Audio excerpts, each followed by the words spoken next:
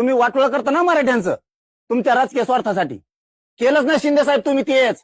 तुमच्यावर मला कधी डाऊट येत नव्हता. शिंदे साहेबासारखं मी कोणालाच म्हणत नाही. तुम्ही मला काही करू शकत नाही. जा तिकडं बघा मी बी काय करायचं ती. सत्तेत गेलात म्हणजे का तुम्ही माज उतरणार का काय आमच्याकडं? यांच्यावर कधी संशय येत नव्हता. आमच्या मराठ्याच्या आरक्षणात विरोध करणारे लोक तुमच्या ऑफिसला कसं काय येतात? कस काय येते? तुमच्या प्रवक्त्या संघ तुमच्या मराठा समन्वयका संघ कस काय बाळासाहेब भवनला हमेशा? कस काय संशय होऊ नये? मतदान मराठ्यांनी करायचं. शिंदे मराठ्याचा आहे म्हणून, अजितदादा मराठ्याचा आहे म्हणून लोकांनी पक्ष बघायचा.